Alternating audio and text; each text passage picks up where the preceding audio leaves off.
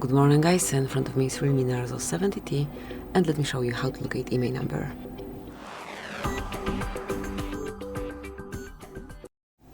So at first, just open your phone dialer, then mark keypad and here enter secret code, which is *#06#. And here you'll find device information with both IMEI and serial numbers included. Tap on OK to exit. And there's also one more way to locate your IMEI via this phone. To do it, just enroll the list of all settings. Now find and select About Phone. And here, go to Status. And also here you can smoothly see both IMEI numbers. So that's it. Thank you for watching. Please subscribe our channel and leave the thumbs up.